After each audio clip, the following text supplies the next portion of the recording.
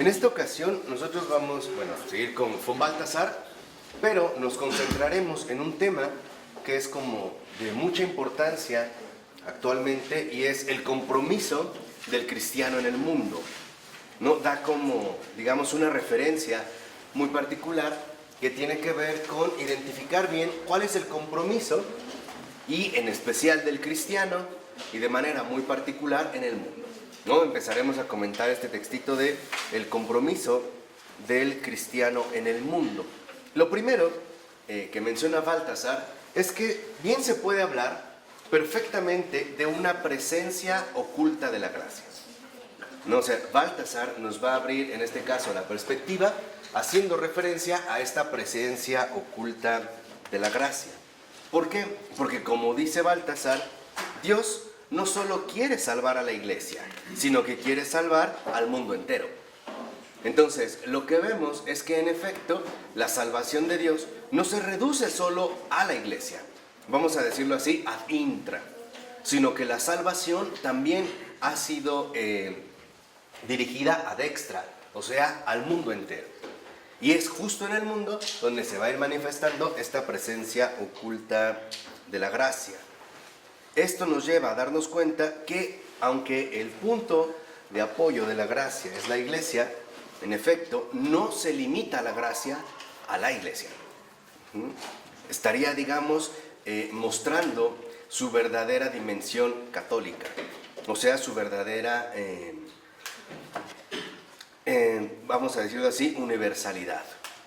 Entonces, esto es bien importante de tener en cuenta para ubicar bien la perspectiva que en efecto se nos quiere transmitir, porque como dice, esta concepción en realidad no es del todo nueva, ¿no? Ya desde hace siglos la teología viene hablando de un bautismo in voto, fíjense, que puede ser recibido por cualquier persona que desde su particular visión del mundo está decidido a contribuir de la mejor manera posible al bien de los demás y del mundo entero. Entonces, lo que vemos es que en efecto, ¿no? Este bautismo in voto, ¿no? Digamos, en un voto peculiar, está presente ahí donde hay alguien que en efecto busca el bien de los demás y el bien del mundo entero. De tal manera que esta aspiración, el buscar siempre el bien de los demás y el bien del mundo entero, dice, es una actitud que en efecto conlleva que esta persona, justo por esta actitud, sea acogido y sostenido por la gracia de Dios. Y entonces se convertirá en un miembro invisible de la iglesia. Esto es, digamos, muy importante para entender este compromiso del cristiano en el mundo. Entonces, la salvación no se limita al interior de la iglesia, a la iglesia. También involucra la salvación del mundo entero, de todo el mundo. Y esta salvación se da allí donde hay gente que en efecto, quizá sin pertenecer a la iglesia de manera visible, está comprometida con el bienestar de los demás y con el mejoramiento del mundo. Dice, esta gracia es una gracia oculta, es una gracia invisible. Balthasar hablará precisamente de los cristianos anónimos. Cristianos anónimos porque participan de la gracia de Cristo. Porque la gracia, en efecto, es una gracia de salvación que involucra e implica precisamente el encaminarse, digamos, de manera conjunta hacia el bien, hacia la paz y hacia la justicia, ¿no? Es lo que se suele llamar la teoría del cristianismo anónimo. Pero estos anónimos saben que la gracia viene de Cristo. No. ¿Y qué pasa si no la reconocen? No importa. ¿Pero qué pasaría eso en contraste con nadie va al Padre si no es a través de Ese es el punto. ¿Y qué pasaría, por ejemplo, si se adjudican el crédito ellos mismos, si profesan budismo o cualquier otra cosa? Claro. Que sería problemático. Sí, te entiendo. Eso es lo que el problema de Sí. No, aquí digamos, el punto está en que aunque no lo reconozcan, eso no le resta la autoridad a Cristo. Es de Cristo. O sea, la posibilidad, digámoslo, de asumir una actitud así está dada precisamente por Cristo. Él está a la base, se le reconozca o no se le reconozca, o se le quisiera adjudicar a sí mismo o a otro tipo de referencia, no le quitaría la prioridad a Cristo. porque ese es justamente el énfasis que debemos destacar. O sea, la gracia no se limita a un aspecto enteramente visible, sino que la gracia también actúa de manera invisible, y de muchas maneras, y de muy diversas formas. Porque sí tenemos a veces como a querer establecer un cierto monopolio de la gracia, suponiendo que está como cercada solo en la iglesia. Obviamente entendemos por iglesia la iglesia visible, de la cual ciertamente formamos parte.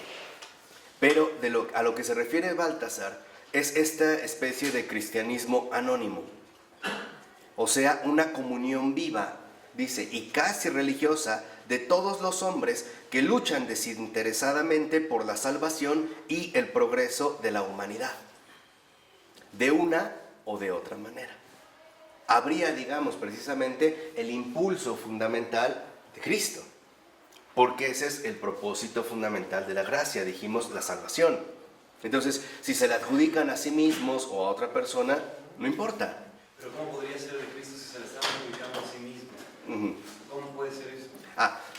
Okay, ya te entendí. El punto está en que, vamos a decirlo de esta manera, este cristianismo anónimo es la gracia operativa, real, no la gracia nominal. Se lo pueden adjudicar a sí mismos de nombre, o a otra realidad de nombre.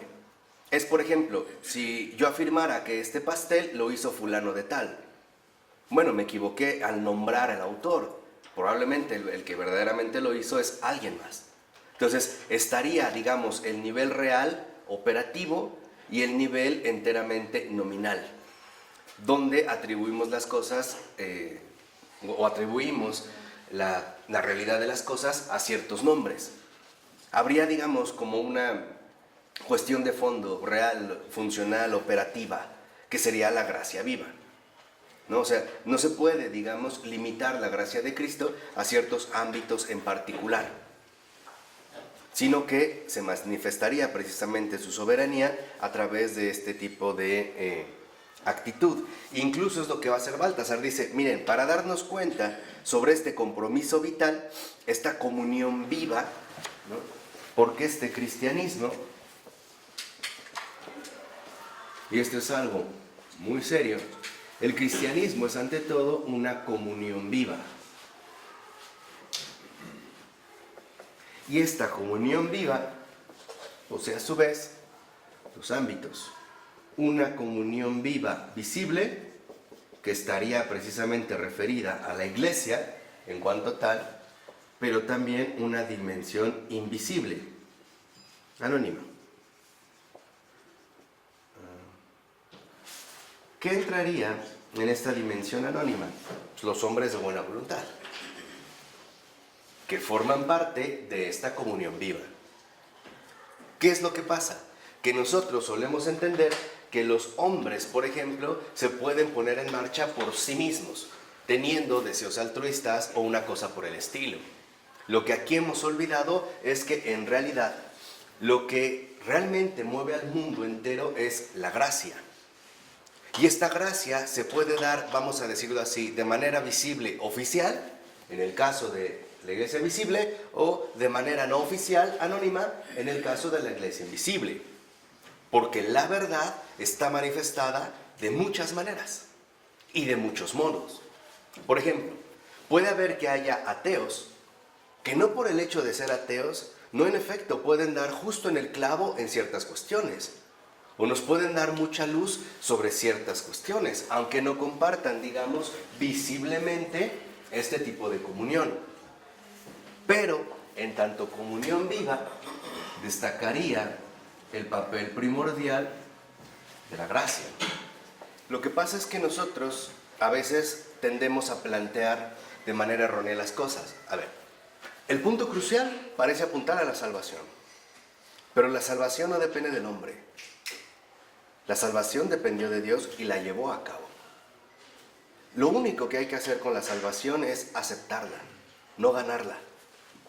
Esa es una gran diferencia. Ese es un matiz bien importante.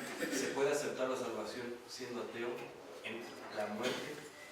Eso es lo que, por ejemplo, ¿se podría aceptar esa salvación en el momento de la muerte?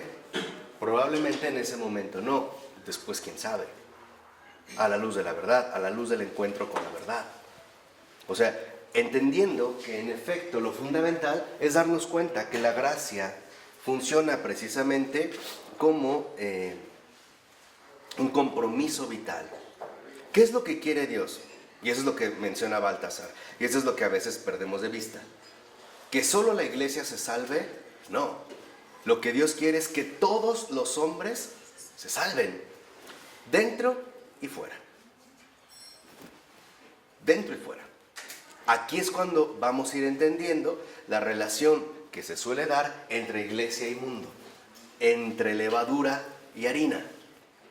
Por eso lo que nos muestra Baltasar, y es muy fundamental, es que no podemos suponer que en efecto es fácilmente posible establecer una especie de monopolio de la gracia y decir, la gracia actúa aquí, pero no allá. Porque no podemos, en este caso, suponer que la salvación de Dios ha presentado algún tipo de límite. Esta es como una perspectiva diferente.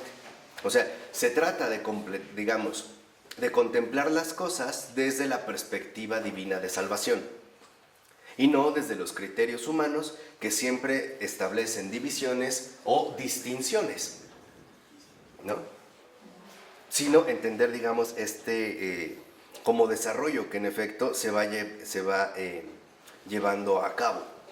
Entonces, lo que plantea en último término Baltasar, y me parece que es muy importante, es darnos cuenta que la gracia es el trasfondo cristiano que está dirigiendo al mundo entero hacia la salvación. Lo sepa o no lo sepa, lo reconozca o no lo reconozca, lo acepte o no lo acepte. Esto nos lleva entonces a contemplar que en efecto esta gracia es el verdadero trasfondo cristiano, o sea, de Cristo, de salvación.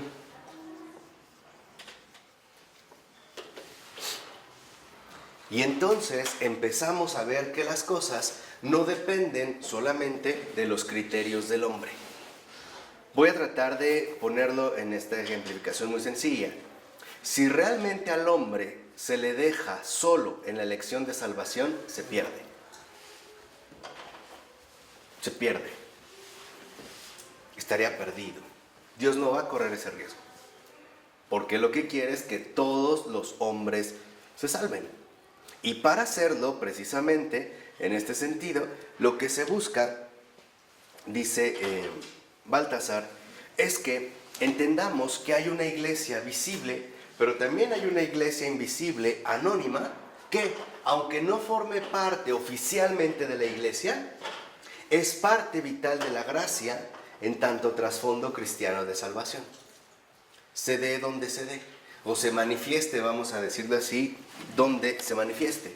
Porque esta gracia dispersa se reúne, digamos, en la persona viva de Jesucristo.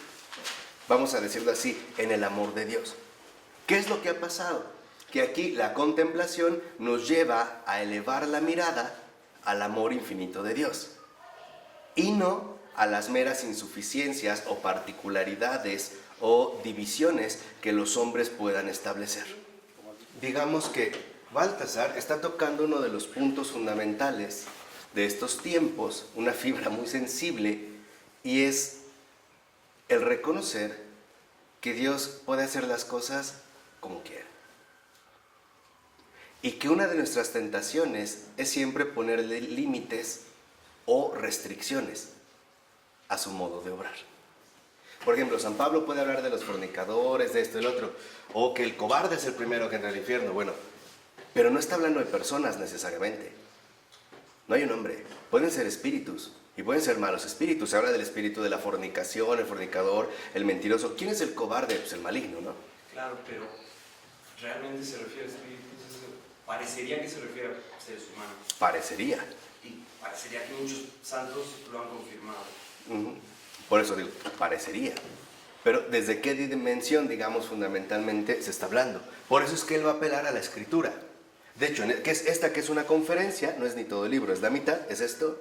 va a hablar del Antiguo Testamento y del Nuevo Testamento, para manifestar de manera clara cómo hay un trasfondo cristiano de salvación que puede ser oficial o no oficial, que puede ser visible o invisible. Y él dice, a ver, tomemos por ejemplo el caso de los escritores religiosos rusos como Solzhenitsyn, Siniavsky o Mikhail Bulgakov. Dice, en estos escritores lo primero que destaca es que no aparecen, vamos a decirlo así, los clásicos creyentes visibles, los devotos visibles. Dice, simplemente pareciera más bien que hacen referencia a personas o grupos que viven de un modo callado pero auténtico su propio cristianismo. Hay modos, vamos a decirlo así. Es un poco quizá más afín a la teoría de los padres de la iglesia o la concepción de los padres de la iglesia, por ejemplo en San Justino Mártir. Él va a hablar de las semillas del verbo, los espermáticos, ¿no? Las semillas del verbo. Él decía, antes de Cristo hay algo así como anunciadores de Cristo. Ya venían las semillas del verbo, que en efecto van, digamos, como preparando el terreno aún fuera del pueblo de Israel. Y esto era decir algo muy fuerte, por ejemplo. Entonces él menciona, dice, por ejemplo, Sócrates, ¿no? De fondo se puede uno percibir que está movido en algunos aspectos por un trasfondo cristiano de salvación. Es como una preparación fundamental, de tal manera que todo, en último término, contribuya al mismo fin que Dios quiere establecer, que es el cumplimiento pleno de la salvación. ¿No? Cuando Jesús hace la oración en San Juan, al Padre le dice, Señor, que todos, Padre, que todos seamos uno. No dice que casi todos, dice todos, que todos seamos uno, como tú y yo somos uno, ¿no? A mí me agrada porque nos muestra precisamente, les decía, un punto sensible, y es suponer que podemos establecer el monopolio definitivo de la gracia. Al grado de que hay gente que dice que fuera de la iglesia visible no hay salvación. Si estás fuera de acá, estás condenado. Y no es así. Porque no depende de lo que podemos decidir nosotros visiblemente, sino del modo operativo real que Dios ha establecido en toda su creación. Hay un trasfondo cristiano. A ver, vamos a ponerlo quizá en términos un poco más sencillos. Una de las tentativas que aquí se quieren describir es, todo lo bueno viene de Cristo. Todo lo bueno contribuye a la salvación de la humanidad.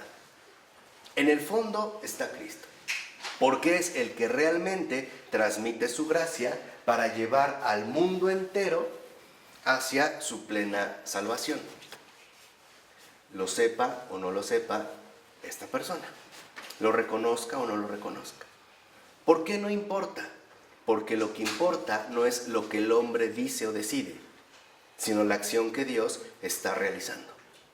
Por eso puede ser que un hombre niega a Cristo, pero eso no anula la acción de la gracia de Cristo. Haga el bien. Ahí es Dios. Ahí se ve que Dios es Dios. Y que Dios no es ni condicionado ni limitado por su propia criatura.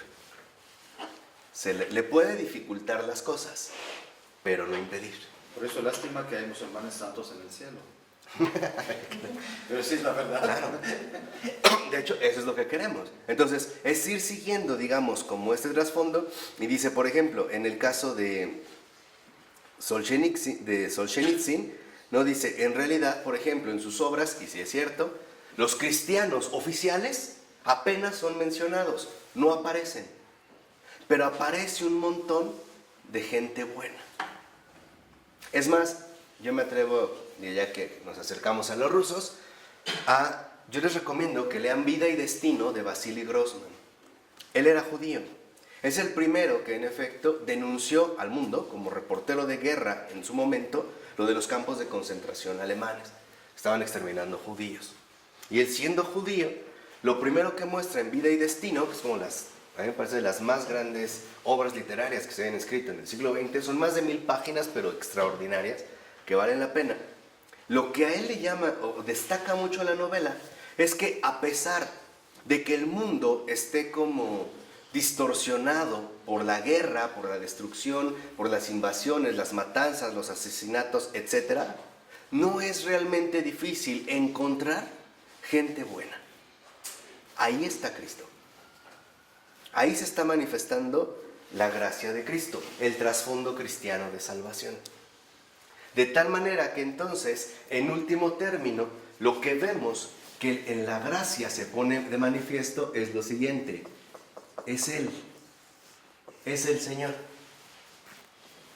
Él es Él, es Él. No el hombre ni por sus capacidades, es Él. Porque nosotros sabemos que en tanto criaturas nos es muy difícil reconocer la verdad de las cosas, que Dios es primero y no nosotros, más con nuestra mentalidad moderna. Entonces por eso va a decir que en efecto, dice, es justamente esta luz anónima del cristianismo lo que puede conducir a que los ideólogos y los grandes dominadores de este mundo se ensañen y persigan a estas luces, llevándolos incluso a una guerra de exterminio. Por eso, digamos, los que realmente están a favor de la salvación de la humanidad y trabajan o se ponen en el empeño desde el ámbito que les corresponde, son fuertemente perseguidos. Piensen en grandes intelectuales. ¿Por qué asesinaron a tantos o mandaron a tantos al exilio en la ex Unión Soviética? Aunque no fueran confesionalmente cristianos. Bastaba con que fueran transparentes, con que buscaran el bien de la humanidad. Con eso bastaba. Porque en último término, a quien persiguen es a quién. A Cristo. Y lo que se busca, digamos, anular es justamente la presencia de esta gracia, ¿no? Y dice, y esto es así porque Cristo no es un puro espíritu, sino que es encarnación.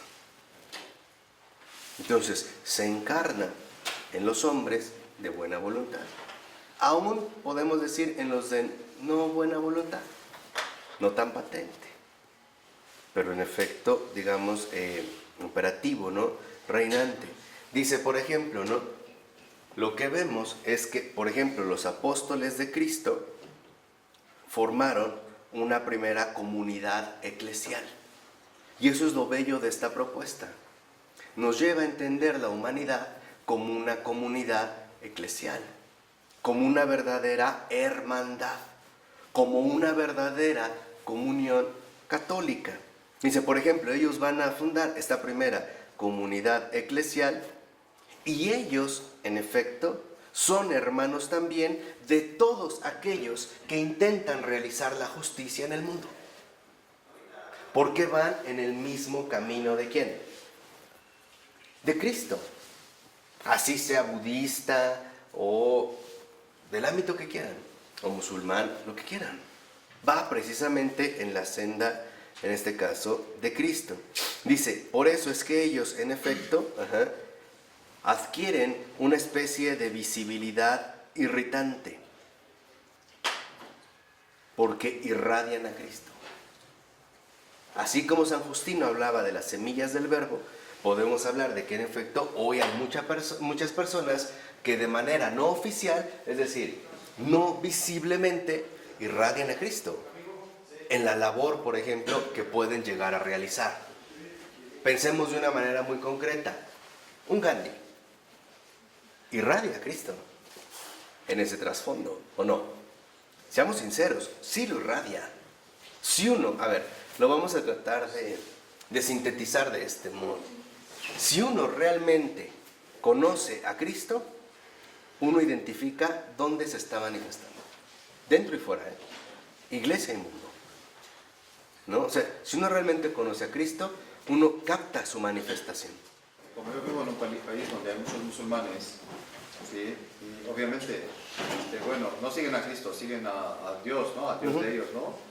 Pero hay muchas obras muy, muy buenas que nadie puede negar que son obras de Dios. Hacen muchas obras muy buenas, ayudan a los pobres, ayunan. Entonces hay muchas cosas donde esta gracia que estamos hablando, que se está manifestando en ellos de una manera u otra. hasta más. ¿Sabes? A veces yo que digo, la verdad, nunca lo he dicho. A veces digo, qué bueno que Dios permitió que haya musulmanes, que haya católicos como el que tenemos aquí. Prefiero al musulmán Claro. al católico que no está comprometido, la verdad. Porque a veces podemos darnos cuenta visiblemente que la iglesia parece que huele a podrido. Y la verdad, habemos mucha gente podrida adentro. El Papa Benedicto XVI lo decía, los verdaderos enemigos de la iglesia no están afuera, están adentro. ¿Y por qué a veces afuera, en un ateo o en lo que fuera, encontramos una persona íntegra? Para no olvidar que en efecto, no por el hecho de estar en la iglesia, estamos ya plenamente, digamos, como del otro lado. ¿Qué entiendo? Porque si tendría sentido una conversión, visiblemente, ¿quién sabe? Si por conversión entendemos que entonces me bautizo y entro a formar parte de la iglesia católica visible, pues ¿quién sabe? Porque la principal conversión invisible que se puede experimentar es un corazón que realmente busque la verdad. Esté donde esté. Y que viva a la luz de la verdad y que busque la justicia y la hermandad. Y eso no implica que necesariamente tendría que abandonar su condición anónima. Ahí es quizá donde él puede fermentar la masa desde ese mismo entorno. Por ejemplo, prácticamente hasta donde yo sé, la mayoría de la gente que atendió Teresa de Calcuta no se convirtió. Es más, cuando ya la beatificaron, bueno, ya la canonizaron, pero el primer milagro que vieron, la beatificaron, era una mujer hindú que tenía un cáncer en el estómago. Se encomendó a ella y se curó. ¿Qué fue lo primero que dijo? Gracias, siguió siendo hindú. Comunión que viva. Comunión. Sí. Esta comunión viva involucra entender que hay dimensiones en las cuales este trasfondo cristiano de salvación se va realizando y se va manifestando. Por ejemplo, hay personas que en efecto tienen esta comunión viva con la verdad, buscan el bienestar de la humanidad y a lo mejor nunca han entrado a formar parte de la iglesia visible o digamos esta parte visible de la iglesia. No obstante, ya están en esta comunión viva, al menos en espíritu y en verdad. No están verdaderamente en comunión con Cristo. Por ejemplo, el Señor lo dijo, ¿no? El que come mi carne y bebe mi sangre, ese permanece en mí y yo en él. Esto es lo que, y lo voy a decir ya de una vez, esto es lo que en la mayoría de católicos no se cumple. Solo se cumple la primera parte, ¿no? Permanece en mí. Claro, vamos a misa, participo de la Eucaristía, hago mis rezos, rezo el rosario, invoco a los santos, permanezco en él, pero no permito que él permanezca en mí, que él triunfe en mí, de tal forma que yo lo veo como un mero ritual exterior.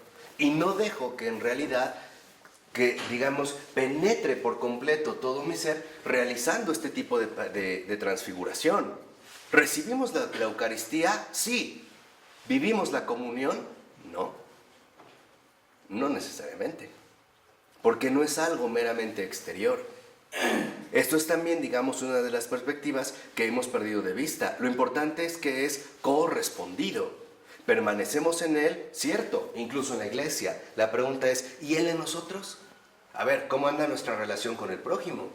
¿Cómo es nuestra manera de pensar, de obrar, de sentir, de juzgar, de valorar? ¿Soy bautizado? Sí. ¿Voy a misa? Sí. ¿Pero realmente formo parte de esta comunión viva? ¿Quién sabe? Visiblemente sí. Invisiblemente, no sé. Esto es lo importante. Lo importante es no dividir. Aquí lo importante es darnos cuenta que se trata de recuperar o abordar una nueva perspectiva, verdaderamente católica.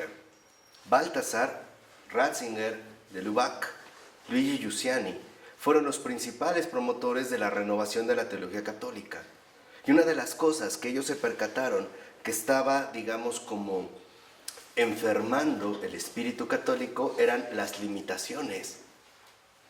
El siempre poner como condicionamientos. Es lo que el Papa Francisco ha denunciado, ¿no? Dice, somos cristianos, sí, pero. Ah, claro, sí, pero tal. Sí, pero. Sí voy, pero me regreso temprano. Sí te ayudo, pero mañana. Sí, pero. Sí, pero. Dice, no, en realidad estamos llamados a crecer, digamos, en una perspectiva que nos permita entender a fondo la obra divina de salvación, que eso es lo que queremos en último término precisamente contemplar. Por ejemplo, bueno, soy más cercano a la literatura, al ámbito de las letras. Quiero mencionar un caso de filosofía y un caso de literatura. C.S. Lewis, el de Narnia, él no fue realmente un católico, no visible, pero tenía una profunda comunión con Cristo. Nunca se convirtió, que haya recibido el bautismo, no. Ni se sintió plenamente como obligado, llamado, pues no. O en el caso de la filosofía, Henri Bergson, ¿no? Él, siendo judío, con los planteamientos que realiza, hacia el final, digamos ya de su obra, escribe un texto que es Las dos fuentes de la moral. Y ahí él explícitamente dice, me doy cuenta de que toda mi investigación apuntaba a un lado, la santidad, y que la santidad está en el catolicismo. O sea, dice, en realidad me di cuenta que ahí estaba lo que yo andaba buscando. Pero, como ocurrió la cuestión de los campos de concentración y la persecución, él ya estaba a un paso de la conversión y dijo, no, permanezco fiel a mi pueblo. Y ese era el gesto que estaba llamado a manifestar.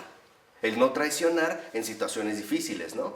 Entonces, como están matando a mi gente, me bautizo para librarme, que es lo que muchos alemanes hicieron durante el siglo XIX. Se bautizaban como cristianos, pero por pura conveniencia. Por ejemplo, Husserl. Husserl nunca fue un judío ortodoxo creyente y tampoco un cristiano creyente, pero intelectualmente estaba comprometido con la verdad, ¿no? O sea, entendamos que hay modos secretos de obrar de Dios y que estos modos secretos, en efecto, se pueden como vislumbrar o percibir, sobre todo por esta fuerza especial que emana de estas personas en particular. Porque esta fuerza especial, que es el trasfondo cristiano de salvación, se llama libertad. Y que es justamente lo que el no cristiano siempre está buscando, ¿no? Siempre está precisamente buscando o persiguiendo. Dice, por ejemplo, en la era moderna, el tema que ha destacado de manera fundamental es la cuestión de la libertad. Por ejemplo, dice, el ateísmo se halla apasionadamente comprometido en liberar a la razón de los vínculos de la fe, porque se considera que la fe es un obstáculo para la ¿qué? Para la libertad, ¿no? O bien, digamos, en la perspectiva ilustrada, donde la fe entorpece la adquisición de esta libertad. Porque también hay que reconocer algo, hay rasgos en otras personas, ¿no?, que nos hacen recordar quizá lo que nos hace falta. Hay ateos bien aguerridos, bien apasionados, no tan tibios como nosotros. Ahí empezamos a ver, ¿no?, también el hecho, digamos, de esta complementariedad. O dice, o hay quien busca, siguiendo la línea de Marx, liberar al hombre de la explotación económica en la que ha quedado atrapado, ¿no?, para devolverle una condición humana más digna de él. O liberar al ser humano de sus cadenas duras y pesadas del pasado, como en Freud. O de liberar a la humanidad de la idea de un Dios en la que ya no se cree y que en efecto es una pesadilla aplastante para la gente y que ha sido el lastre de la humanidad a lo largo de la historia, como Nietzsche. Dice, ya lo veamos de una manera o de otra manera, o quererlo liberar al hombre de esta atadura de lo sobrenatural que no necesita para volverse un optimista naturalista como un Darwin, por ejemplo. Aquí ya lo empecé a repasar. Sí, ya creo que ya vi la clave ahorita, a ver si lo comentamos, pero ahí el punto está esto, o sea, en realidad se busca, digamos, como esta libertad. Dice, ahora en realidad, lo que nosotros debemos de reconocer es que la única libertad se adquiere en una autoapertura hacia Dios. Ese es, digamos, recuperar la verdadera libertad. O sea, es una invitación a entrar en el ámbito de esa libertad absoluta que los hombres buscan, pero que definitivamente no pueden alcanzar, ¿no? De una manera, vamos a decirlo así, como muy concreta. Dice, ¿por qué si no? Por ejemplo, entonces, hoy en día se habla de una especie de situación en la que el hombre quiere liberarse de algo, pero quizá el problema es que no ha identificado bien de qué se tiene que liberar. Sí hay necesidad de liberarse de algo, pero no necesariamente tiene que ser, por ejemplo, del pasado o de la religión o del inconsciente o de la explotación económica o algo así por el estilo. ¿No? Dice, en pocas palabras, podemos ver que en efecto, ¿no?, lo que busca el hombre es liberarse de una situación que no es la más adecuada. Hay un afán de libertad, ¿no? Liberarnos o ir, digamos, como más allá. Entonces dice, aquí lo que vemos es que en efecto, dice, en este mundo aparece ante nosotros una especie de realidad bruta, ¿no?, que busca, en el nombre de quien sea, de Cristo, de Lenin, restaurar la tierra y encontrar un reino de paz ya en este mundo. O sea, se busca, digamos, la conquista de la libertad, el salir, digamos, de las opresiones en las que vivimos. Dice, ahora lo que vemos es que en efecto, en este resplandor, lo primero que debemos tener en cuenta es lo siguiente. Primero, el superar los dualismos. Ese es el primer paso para el espíritu católico, superar los dualismos. Para un católico no hay un nosotros, ellos, aquí, allá, dentro, fuera, porque Cristo lo es todo, y lo es todo para todos, y está en todos, y actúa en todos, y domina sobre todos. Esta es verdaderamente la apertura católica, porque sí hay una grave tentación que es el dualismo. Nosotros acá, ellos allá. Vamos a decirlo así, el católico, y en general eso es como una tendencia moderna, corre el riesgo de contraer la alergia de la alteridad del otro. Nos volvemos como alérgicos al otro, al extraño, al forastero, al que no reconocemos como parte de nuestro ¿qué? Gremio, de nuestro grupo, de nuestra comunidad. Y esto se ve muy bien incluso hasta en nuestra propia convivencia ordinaria. Si en una reunión estamos muy contentos y llega un extraño, nuestra primera reacción es como de silencio, como de levantar las barreras para empezar a medir, ¿no?, la situación y el sentirnos como a resguardo. No, reconocer que la victoria de Cristo no solo se limita a lo visible, sino que sigue irradiando precisamente incluso en lo invisible, en lo conocido y en lo desconocido. Y el Señor nos decía, yo soy el alfa y la omega, precisamente en Apocalipsis. Dice, ahora, ¿no?, para superar este dualismo, lo primero que debemos hacer es definir muy bien la distinción iglesia y mundo. Definir muy bien la distinción iglesia y mundo, para que la unión buscada se pueda realizar de un modo correcto. Dice, comencemos, por ejemplo, con la distinción que se da entre la levadura y la masa. Uno dice, a ver, ¿qué pasa con ello? La masa, para que se convierta en pan, en cuanto tal, necesita la levadura. Por sí sola es una sustancia inerte y además no comestible, ¿no? Está ahí, digamos, como masa. Dice, pero la levadura, en cuanto tal, tampoco es comestible. Para que la levadura y la masa se transformen en pan, primero tienen que diferenciarse claramente. Esto es masa, esto es ¿qué? Levadura. Ni la masa sola, ni la levadura sola es comestible. Se tienen más bien que ¿qué? Que unir, ¿no? Se tendrían en este caso que unir. Dice, por ejemplo, la levadura tiene que ser introducida en la masa para desaparecer en ella. Y si ocurre así, o como el agua, el azúcar en el agua. Cuando metemos azúcar en agua, el azúcar se disuelve y endulza toda ¿qué?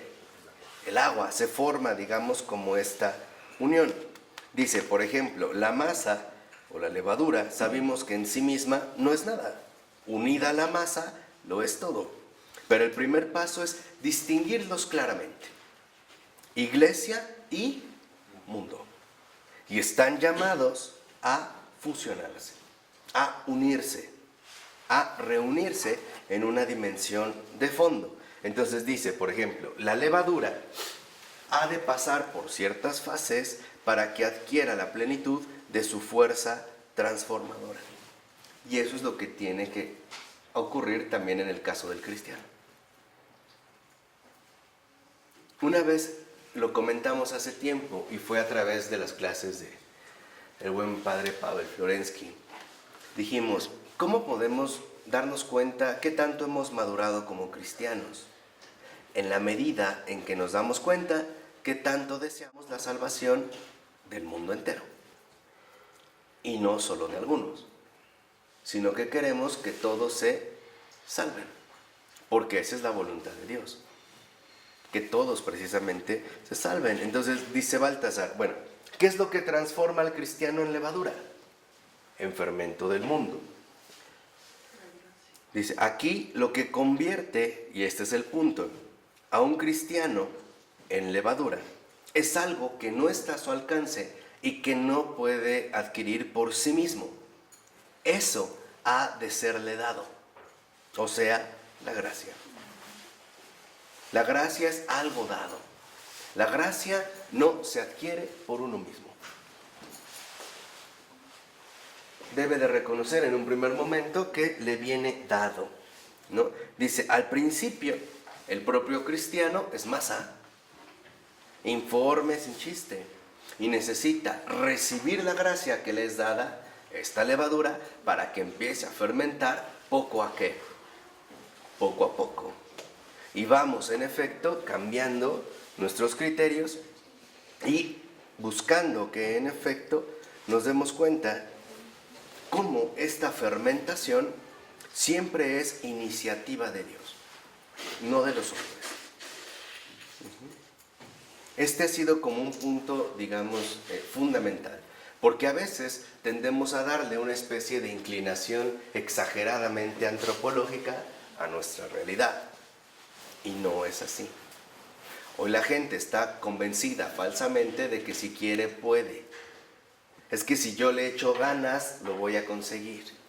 Y nos topamos incluso en nuestra vida ordinaria con nuestras propias limitaciones insuperables. Si a veces no puedes ni llegar temprano a donde querías, ni eso lograste, mucho menos otras cosas. No pudiste ni pararte temprano como te lo habías propuesto, ni comerte los 20 tacos que querías, ni acabarte esa botella de whisky de un trago. Ni eso. Ahí se ven tus limitaciones. O sea, esto que es dado precisamente y que se llama gracia, es lo que dice Baltasar y es lo que iremos viendo después, que necesitamos entonces definir tres cosas. El ser de la gracia, que es previo al cristiano, independientemente del cristiano, el talante que adquiere el cristiano con la gracia, y cuando estas dos cosas van fermentando, ahora sí, el talante importante la forma auténtica que va adquiriendo el mundo, o sea, su cristianización. Entonces, podemos ahora darnos cuenta de una situación importante. Empezaremos con el Antiguo Testamento, la siguiente clase, pero aquí el punto es, esta comunión viva, en realidad, tanto en lo visible como en lo visible, depende de la recepción que se hace de esta gracia dada. De tal forma que entonces empezamos a plantear las cosas de una manera muy clara. Al principio, Dios siempre es activo. El hombre es enteramente pasivo, como la masa. La masa necesita a alguien que la amase, ¿o no? Que le ponga levadura, que le dé forma, hasta para hacer una pizza, un pan, lo que quieran. Se requiere una actividad. Entonces, al menos al principio, este cristianismo en cuanto tal, visible o invisible, depende del grado de recepción que le vayamos dando. Pero ya es algo dado. Ya se dio. Aquí es donde se ve la parte activa. Nosotros, en este sentido, seremos precisamente pasivos. Al principio, como la levadura.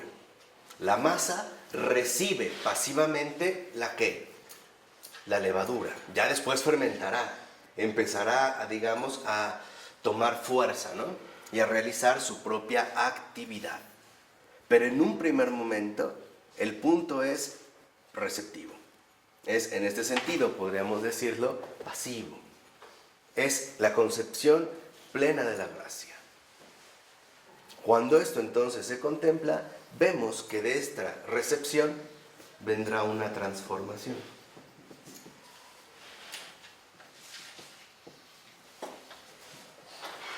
Y esta transformación, en último término, es lo que apunta plenamente a la salvación. Dios siempre lleva un orden, ¿eh? Integridad siempre implica un orden. Y es este orden el que se va buscando. ¿Qué es lo que ocurre? Que quizá hemos perdido la costumbre de tratar de entender las cosas según el modo de Dios. Y ya no solo según el modo de los hombres, sino el modo de Él. Por eso es que necesitamos elevar nuestra inteligencia, elevar nuestro corazón, para ser plenamente partícipes de esta realidad católica, que no es otra cosa más que la comunión viva que el Señor ha derramado en el mundo entero.